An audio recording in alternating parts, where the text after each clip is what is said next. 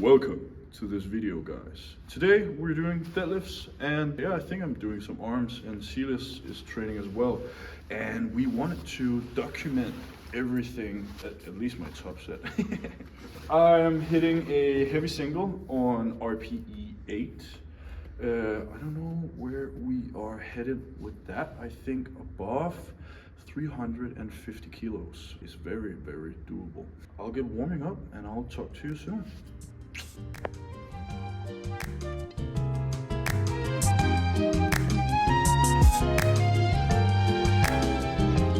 Yeah.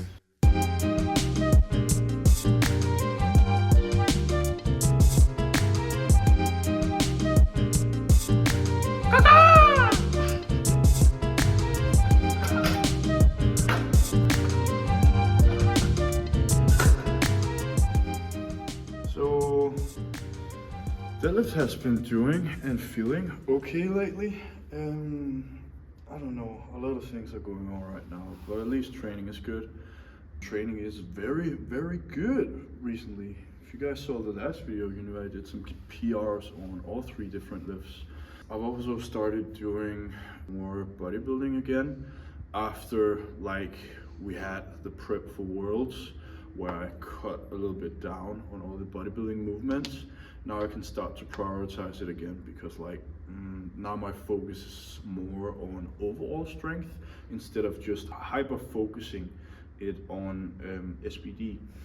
And yeah, I enjoy this training method. It gives me a lot of freedom, and with freedom for me in training comes happiness. And that's what really drives me to get up here every day like this and doing top sets and having fun with friends and different things. Yeah, but I've talked about this before, but I am a very, very good utilizer of my feelings in the gym. It doesn't really matter if I'm feeling happy or if I'm feeling sad or I'm feeling down in a hole or if I'm over the moon. Or I just won the world championships. I always find a reason to get up here, and I can always utilize those feelings to give my workout an extra boost. For example, when I'm happy, I like to change more. Of course, I like the effects it has on me, and I like the effects it has on my life and the people surrounding me, and that just makes me want to get better.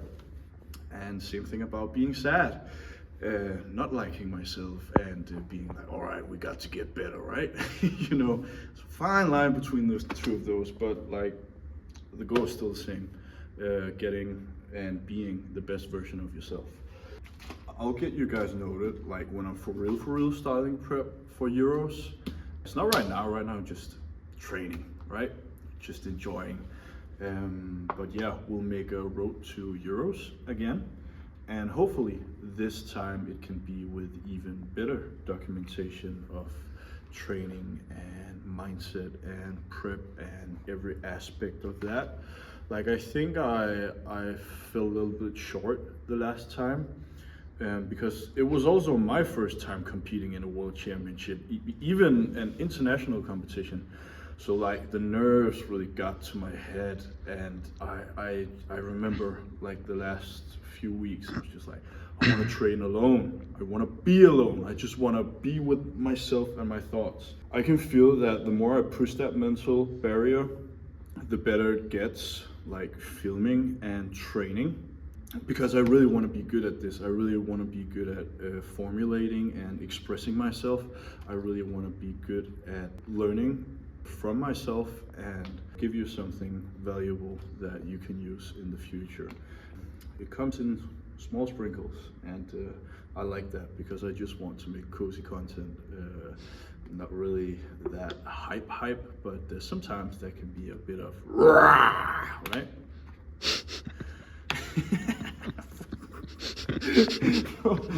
Why am I always like this?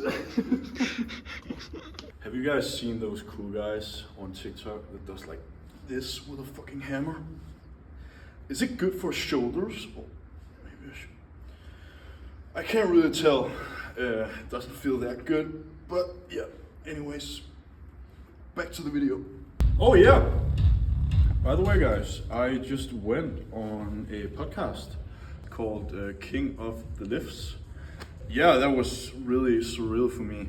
Ryan, he contacted me and he was like, oh Regin, do you want to come on the pod? And I was like, fuck yeah, I want to. Because King of the Lifts is like one of the first things that really got me into powerlifting, really introduced me to all the different people.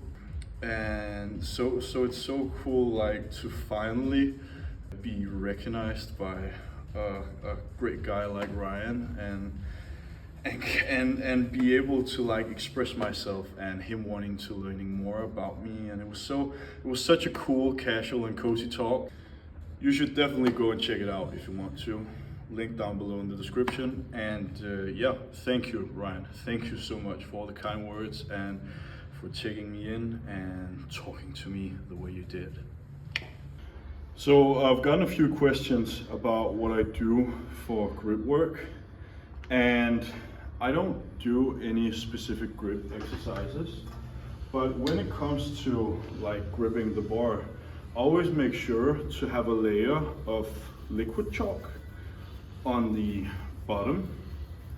And this is what I did for Worlds for my last pull as well, because like sometimes when I don't chalk even, or when I don't chalk enough, the bar tends to slip.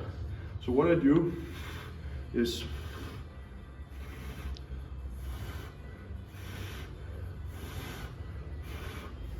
put a layer of chalk, liquid chalk on my hands, and once it's almost fully dried, I like take this powdery stuff and then I just smear my hands in it, so like it's fully coated and it looks like this.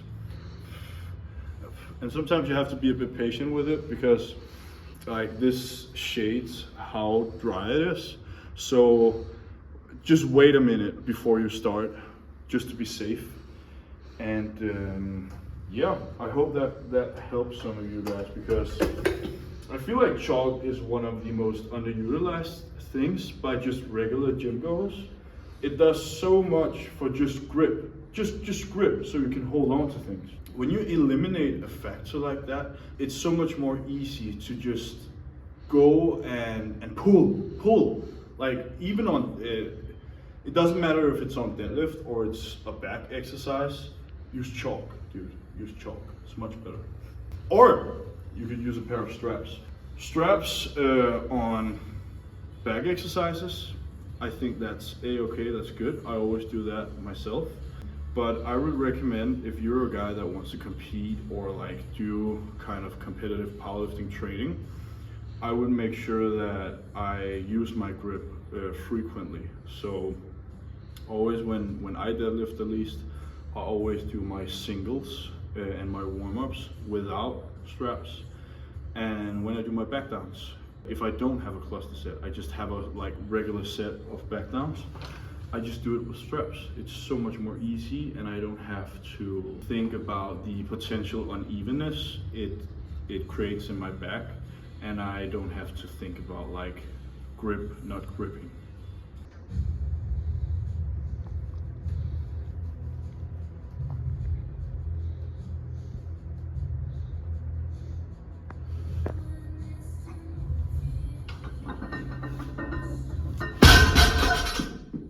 So what I want to do today is build up to a 300 kilo single beltless, just to feel how my body feels. 300 isn't that much. You can see I did it for 10 reps with the belt, but it gives a good like idea of where my central nervous system is.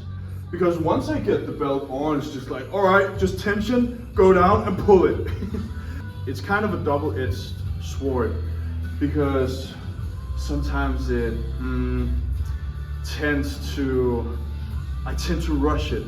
So I tend to forget how my technique is most efficient.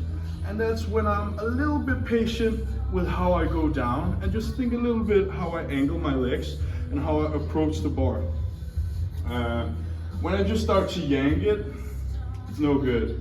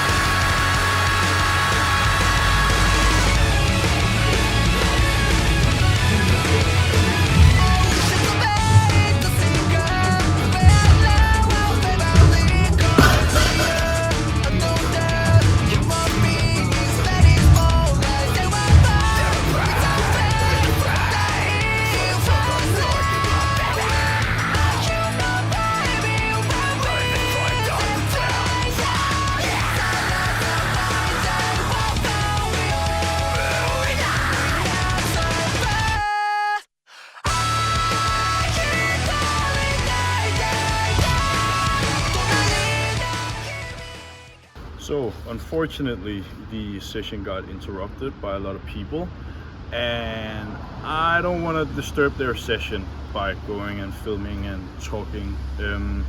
So I just decided to add the arms to my session tonight. Yeah, and that makes a lot of sense. Like, the deadlift I did was pretty decent, not the fastest, and I can definitely feel that I'm fatigued, but like just being able to muscle that weight, that's a great feeling. That's pretty good. And I feel like that was also to standard where it would have held up in competition. So I'm very glad, and I also did it on competition equipment even. So that's good, that's good. I am very positive about today's deadlift session. I'm so sorry guys, I wanted to show you how I trained arms today.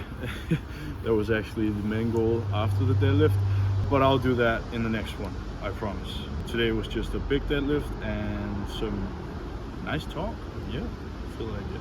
So see you guys in the next one.